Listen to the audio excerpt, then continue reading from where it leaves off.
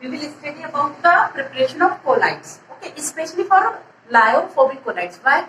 Because lyophilic colloids having force of attraction, so when we mix dispersed phase in dispersion medium, so easily they can mix. Okay? So we want to prepare lyophobic colloids. So how they form? First, chemical method. Okay, by the chemical method. In 4 types of chemical method, we will prepare lyophobic salt. For example, arsenic sulfide salt. If we want to prepare arsenic sulfide, means water में suppose हम arsenic sulphide mix करेंगे तो वो dissolve नहीं होगा, mix नहीं होगा, collides नहीं बनेगा, वो सस्पेंशन के फॉर्म में पार्टिकल्स पड़े रहेंगे, लंप. ओके, आर्सेनिक सल्फाइड के या पाउडर फॉर्म में भी करोगे तो वो सेपरेट हो जाएगा, मतलब वो सस्पेंशन बनेगा. So if you want to prepare colloidal salt of these substances like ferric hydroxide, sulphur, arsenic sulphide and gold, तो हमें क्या करना है, साइमल्टेनियसली जिस डिस्पर्शन मीडियम में इसे बनाना है, डिस्पर्स फेस के फॉर्म में इसे लेना है, तो हमें साथ में दोनों को प्रोड्यूस करना पड़ेगा. तो जैसे जैसे प्रोड्यूस होंगे कोलाइड्स बन जाएगा. ऐसा नहीं होगा कि पहले ये बन जाएगा फिर ये बनेगा. केमिकल रिएक्शन में साइमल्टेनियसली फॉर्म होते हैं प्रोडक्ट्स. हाँ, उनका प्रोपोर्शन डिफरेंट हो सकता है, बट प्रोडक्शन उनका सेम टाइम पे ही होना स्टार्ट हो जाता है. तो क्या होगा, वो मिक्स होते जाएंगे, बन गया कोलाइड. तो for example we want to prepare arsenic sulphide in water, so double by the double decomposition. Double decomposition means ये भी डिकम्पोज हो रहा है, ये भी, उसमें क्या हो रहा है, एक्सचेंज हो जाएंगे इनके आयन. तो आर्सेनिक ऑक्साइड को H2S से हम रिएक्शन कराएंगे, so we will get arsenic sulphide sol. Okay, second by oxidation. So loss of hydrogen is also called oxidation. तो यहाँ देखिए, सल्फर को वाटर में आप लोगे तो कोलाइड नहीं बनेगा, लेकिन साथ साथ प्रोड्यूस होगा, तो we will get colloidal solution of sulfur in water. Okay, so removal of hydrogen from the sulfur is called is oxidation. Okay, so यहाँ पर क्या हो रहा है, ऑक्सीडेशन मेथड से हम सल्फर का सॉल्ट बना पा रहे हैं. Next is hydrolysis. हाइड्रोलिसिस और हाइड्रेशन दोनों में डिफरेंस है. हाइड्रेशन मीन्स पूरा के पूरा वाटर मॉलिक्यूल कहीं अटैच होना, and hydrolysis means water molecule dissociate होके अटैच होना in the form of H or in the form of OH. Okay, here water is attached is oxide, hydroxide. Okay, so ferric chloride when we mix with water. Okay, so here we will use lukewarm water or hot water. Okay, so ferric chloride converted into ferric hydroxide. ठीक है, and HCl. So यहाँ पर क्या बनेगा, मैं ferric hydroxide का salt बनेगा, मतलब बड़ा फेरिक हाइड्रोक्साइड का प्रेसिपिटेट नहीं मिलेगा, छोटे छोटे पार्टिकल्स जो कि डिस्पर्स्ड हैं. Okay, and reduction. Here, gold is present in +3 oxidation state. Okay, and here it will reduces to gold atom. Okay, so gold को आप सोचें कि हम उसे बहुत छोटे छोटे पार्टिकल में तोड़ दें, तो नहीं, वो तो क्या होता है, उसके वो आपको मालूम है मेटल्स क्या है, मेलेबल और डक्टाइल होते हैं. तो उसे आप तोड़ोगे तो क्या हो जाएगा, शीट के फॉर्म में हो जाएगा.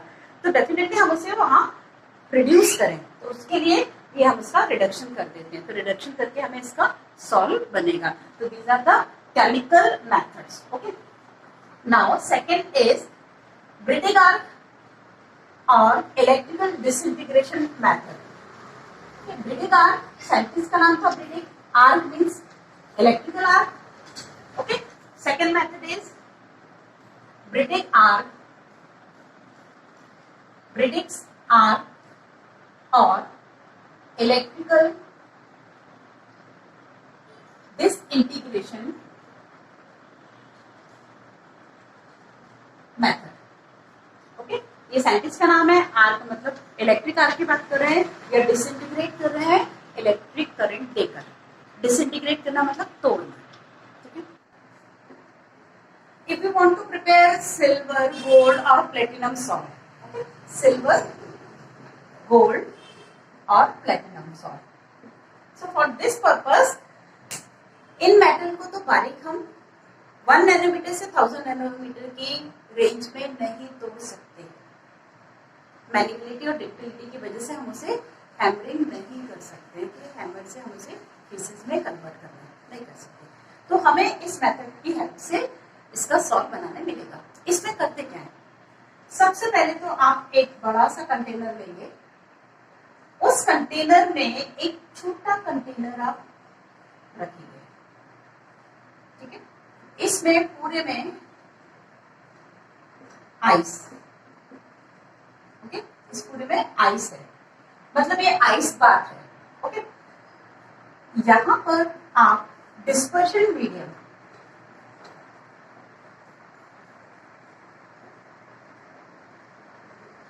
डिस्पर्शन मीडियम के लिए कंटेनर है, और जिस मेटल की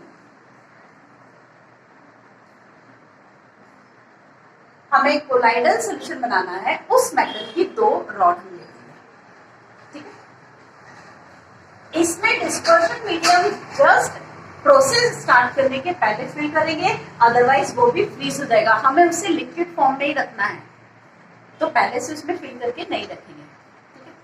हम इन दोनों को, रॉड को एक बैटरी से कनेक्ट कर रखेंगे, उसमें बहुत हाई वोल्टेज प्रोवाइड करना है। अब कितना है, मीन्स आप 2 वायर को बैटरी से कनेक्ट करने के बाद टच करते हैं तो आप देखोगे वहां आर्क प्रोड्यूस होता है ना। छोटे से बैटरी लोगे तो स्पार्किंग होगी, बाकी बड़े वोल्टेज का होगा तो बहुत सारी हीट वहां प्रोड्यूस होगी। तो हमें बैटरी से इतना वोल्टेज तो प्रोवाइड करना है कि वो मेटल, जिस भी मेटल को हम ले रहे हैं, उस मेटल का लिक्विफिकेशन नहीं, उसका वेपोराइजेशन होने लगे, इतनी हीट वहां प्रोड्यूस हो। मतलब हमें मेटल को मेल्ट नहीं करना है, मेल्टिंग से और ऊपर, मतलब उससे सीधे वेपोराइज करना है। और आप अच्छे से जानते हैं वेपर स्टेट बहुत ही मतलब वेपर स्टेट जो होता है उसकी काइनेटिक एनर्जी बहुत ज्यादा होती है, क्योंकि वेपर स्टेज पर लाने के लिए हमने उसको थर्मल एनर्जी बहुत ज्यादा दे चुके हैं, तो थर्मल एनर्जी से काइनेटिक एनर्जी उसकी इंप्रूव हो जाएगी। तो क्या होगा, वो जो वेपर यदि बन रही है तो वेपर को तो काइनेटिक एनर्जी ज्यादा है, उसे तुरंत स्प्रेड होना है, बट साइमल्टेनियसली हम उसे इस आइस बाथ के थ्रू फ्रीज भी कर लेंगे। तो वो वेपर मॉलिक्यूल्स जितनी दूर भी भागते हैं भागने दीजिए, लेकिन वो वहीं पे फ्रीज हो जाएंगे, क्योंकि वेपर में इंटर पार्टिकल स्पेस बहुत ज्यादा होता है और उनके बीच में फोर्स ऑफ अट्रैक्शन कम रहता है, तो वो तो बहुत तेजी से फैलेंगे और वहीं की वहीं वो फ्रीज हो जाएंगे। तो हो गया ना मिक्सिंग। तो ये क्या, इस तरह से हम इसे फॉर्म करते हैं। तो इसमें हम डिस्पर्शन मीडियम लेंगे और इस रॉड को सेट करके रखेंगे, फिर इसे टच कराएंगे, टच कराने से वो वेपर बनेगी, और वेपर क्या होगी, पूरे में यहाँ से फैलेगी और वहीं के वहीं जाके वो फ्रीज हो जाएगी। तो इस तरह से हम ब्रेडिंग आर्क मेथड या डिसइंटीग्रेट कर रहे हैं, इस मेटल की रॉड को छोटे छोटे पार्टिकल्स में कन्वर्ट कर रहे हैं, ठीक है। नेक्स्ट मेथड है थर्ड, पेप्टाइजेशन। सो पेप्टाइजेशन क्या है? प्रेसिपिटेट आप जानते हैं, प्रेसिपिटेट मीन्स इनसॉल्युबल सब्सटेंस, किसी भी लिक्विड का इनसॉल्युबल सब्सटेंस उसका वो प्रेसिपिटेट होता है। आप इसे सिंपल ऐसे समझ सकते हैं, सपोज आप एक ग्लास कंटेनर में या एक ग्लास ले लीजिए कांच की, उसमें आप वाटर लीजिए और थोड़ा सा 1 to 2 स्पून उसमें कर्ड मिक्स कर दीजिए। आप देखेंगे कर्ड आप अलग से देख पा रहे हैं, कर्ड अलग से देखेगा आपको, है ना। मतलब इस समय क्या बन रहा है, सस्पेंशन बन रहा है, क्योंकि वो सेटल हो जाएगा, कर्ड जो दही आपने उसमें मिक्स किया वो सेटल हो जाएगा, तो ये सस्पेंशन है। अब आप इस पूरे मिक्सचर को मिक्सर में ले लीजिए, ठीक है। मिक्सर ऑन करिए थोड़ी देर के लिए, 1-2 मिनट के लिए, फिर वापस से उस मटेरियल को ग्लास में पोर करिए। अब आप देखेंगे आपको वो क्लॉट या थक्के या जो कर्ड का एक लंप था वो नहीं दिख रहा है। अब क्या बन गया वो, मठा। मीन्स दही से मठा मम्मा कैसे बनाएगी, मिक्सर से बनाएगी, है ना। तो ये अब जो बना हुआ है वो कोलाइडल है, क्योंकि उस समय आप पार्टिकल्स को नेक्ड आई से नहीं देख पा रहे हैं और सॉल्यूशन की ट्रांसपेरेंसी भी खत्म हो गई है, तो ये तो कोलाइडल है। तो पेप्टाइजेशन में प्रेसिपिटेट को हम कोलाइडल सॉल्यूशन में कन्वर्ट करते हैं, ठीक है। तो third method is peptization.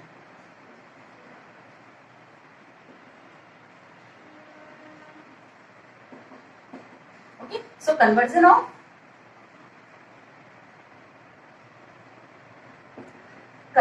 conversion of PPT into colloidal. State हम कोलाइडल स्टेट में कन्वर्ट करते हैं। ठीक है, अब कैसे करेंगे, ये तो मैंने एक कर्ड का, मिक्सी का, ये सब एक एग्जांपल आपको समझाने के लिए दिया है। बाकी हम लैब में या केमिकल रिएक्शंस में क्या करते हैं, केमिकल रिएक्शंस में हम उसे मीन्स पार्टिकल के केमिकल रिएक्शन में हम किसी केमिकल की, किसी रिएजेंट की हेल्प से हम इस काम को करते हैं। Okay, so in the presence of some by mixing suitable chemical, chemical में क्या आएगा, electrolyte. Okay, precipitate is converted into colloids. Okay, this is peptidation. तो कुछ केमिकल या इलेक्ट्रोलाइट की हेल्प से हम करते हैं। एक्चुअल में होता क्या है, आप जब आपने 11th में थर्ड ग्रुप का आयरन का टेस्ट जब लगाया होगा, ओके, फेरिक का, तो फेरिक हाइड्रोक्साइड के जो रेडिश ब्राउन पीपीटी बने थे उसमें आपने small amount of HCl mix किया था। तो थोड़ा सा अमाउंट HCl का मिक्स करके वो प्रेसिपिटेट कोलाइड में कन्वर्ट हो गया था। तो ये तो पेप्टाइजेशन है। तो ऐसा क्या होता है, सिंपल, मान लीजिए ये बड़ा सा प्रेसिपिटेट है। ओके, अब इस प्रेसिपिटेट को किसी भी एक इलेक्ट्रोलाइट की हेल्प से हम इसे डिसइंटीग्रेट करते हैं, इसे तोड़ देते हैं, ये टूटता है। तो सपोज इसके छोटे छोटे से पार्टिकल्स बन गए, अब उन पार्टिकल्स पे जो हमने इलेक्ट्रोलाइट लिया है उसका, क्योंकि ये पार्टिकल सारे सिमेट्रिकल है, सारे आइडेंटिकल है, तो उन सबका नेचर भी आइडेंटिकल होगा। और आप अच्छे से जानते हैं एब्जॉर्प्शन, एड्सॉर्प्शन जो है वो केमिकल एड्सॉर्प्शन स्पेसिफिक भी होता है कई बार। यहाँ पर हम थोड़ा सा फिजिकल एड्सॉर्प्शन की बात करेंगे, तो फिजिकल एड्सॉर्प्शन भी स्पेसिफिक होता है, भले ही वो कम स्पेसिफिक हो लेकिन होता है। तो इन पार्टिकल्स के ऊपर इस इलेक्ट्रोलाइट के किसी एक आयन का एड्सॉर्प्शन हो जाएगा। सपोज इन सब पे पॉजिटिव आयन इलेक्ट्रोलाइट का एड्सॉर्ब हो गया। ओके, तो सारी जो बॉल्स मिल रही हैं उन सब में पॉजिटिव पॉजिटिव एड्सॉर्ब होगा, और सेम चार्ज की बहुत सारी बॉल्स आपको नजर आ रही हैं वर्चुअली। तो जब चार्ज सेम है उन सब पार्टिकल्स का, तो वो तो एक दूसरे को रिपेल करेंगे, रिपेल करेंगे तो क्या होगा, डिस्पर्स रहेंगे, वो कभी मिक्स नहीं होंगे, तो कोगुलेट नहीं होंगे। कोगुलेट होना तो मतलब वापस से पीपीटी बनना, तो वो पूरे टाइम डिस्पर्स रहेंगे और सेटल भी नहीं होंगे। मान लीजिए ये बंदा सोचता है मैं नीचे जा रहा हूँ, तो नीचे से उसको रिपेल कर दिया जाएगा, जो नीचे पार्टिकल एग्जिस्ट कर रहे हैं उसे रिपेल कर देंगे। तो फुल टाइम ये मूवमेंट करते रहते हैं और डिस्पर्स रहते हैं, तो this is called peptization. So these are the preparation methods of lyophobic colloids. Next is purification of colloids. Next is purification of colloids.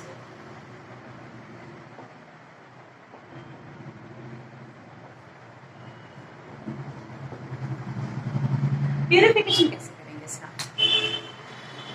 आपने वाटर में 1 to 2 स्पून मिल्क मिक्स कर दिया था, अब आप उसे फिल्टर करिए तो क्या ये सेपरेट होगी, नहीं।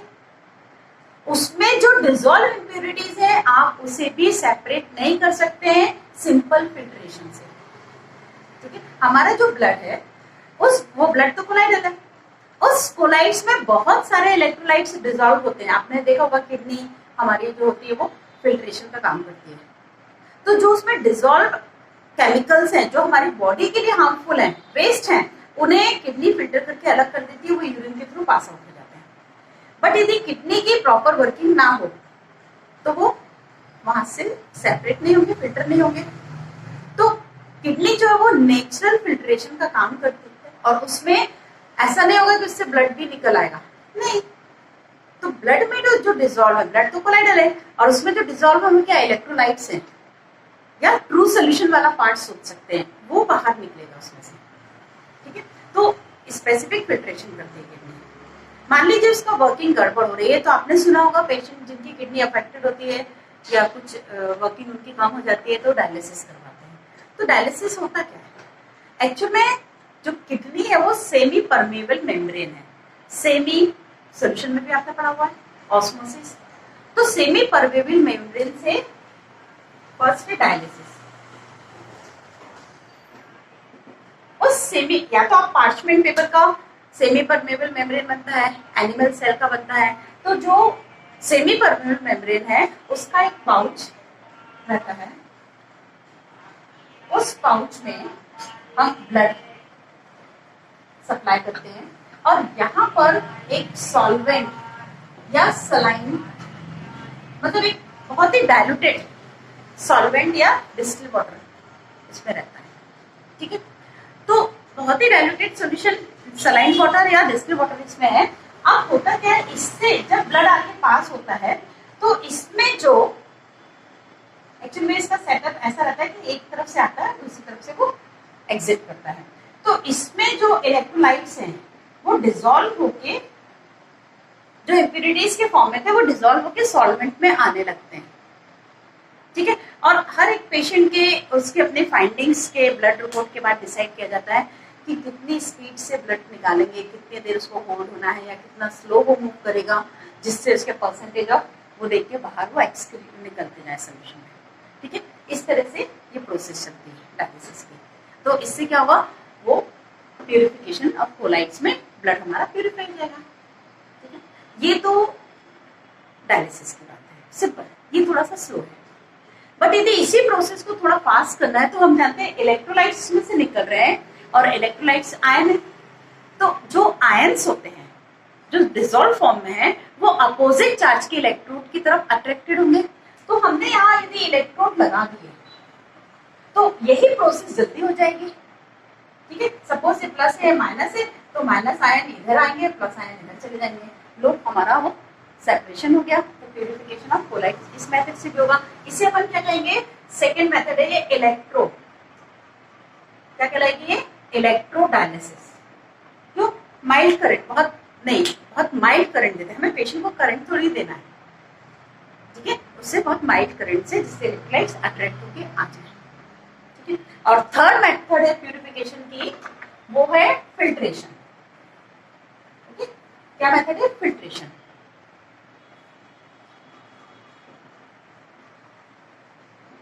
अभी तो हमने बताया आपको कि हम ब्लड को या मिल्क को ऐसे कोलाइडल सॉल्यूशन को फिल्टर नहीं कर सकते, filter paper, ordinary filter paper से तो सब निकल जाएगा, सेपरेशन तो कुछ भी नहीं होगा।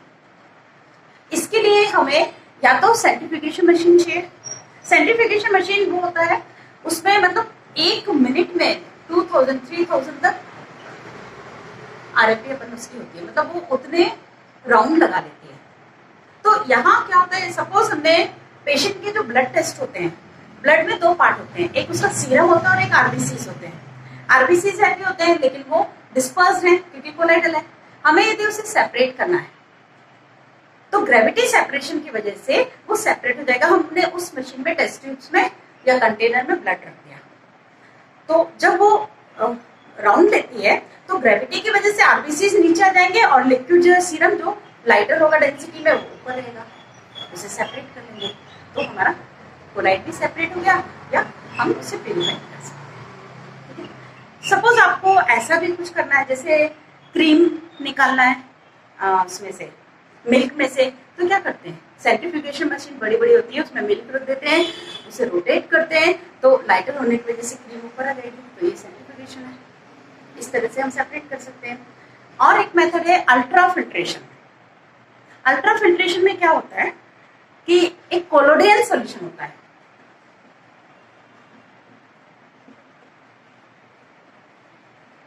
ये क्या है colloidal solution, 4% of nitrocellulose in alcohol and ether. Nitrocellulose alcohol और ईथर के सॉल्यूशन में मिक्स रहता है, ठीक है, ये कहलाता है कोलोडियल सॉल्यूशन। इस कोलोडियल सॉल्यूशन में हम filter paper, ordinary filter paper को डिप करके रख देते हैं, ठीक है, 4 to 5 आवर्स के लिए।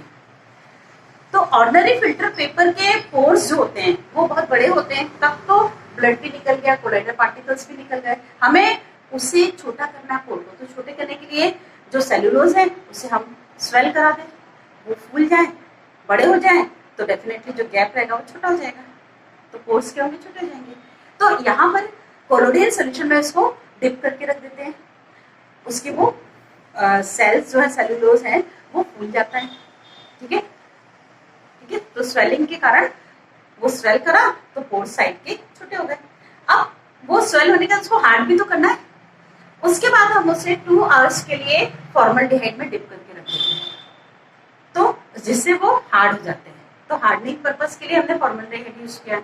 उसके बाद आप ड्राई कर लीजिए तो वो filter paper, ultra filter paper बन जाता है, जिसके पोर्स बहुत छोटे हो जाते हैं। अब आप उसमें से आराम से ब्लड सोल्यूशन या कोलाइडल सोल्यूशन को निकालेंगे, फिल्टर कर सकते हैं, तो उसके डिस्पर्स फेज और डिस्पर्शन मीडियम दोनों सेपरेट हो जाएंगे। तो this is ultra filtration and all this methods for purification of colloids.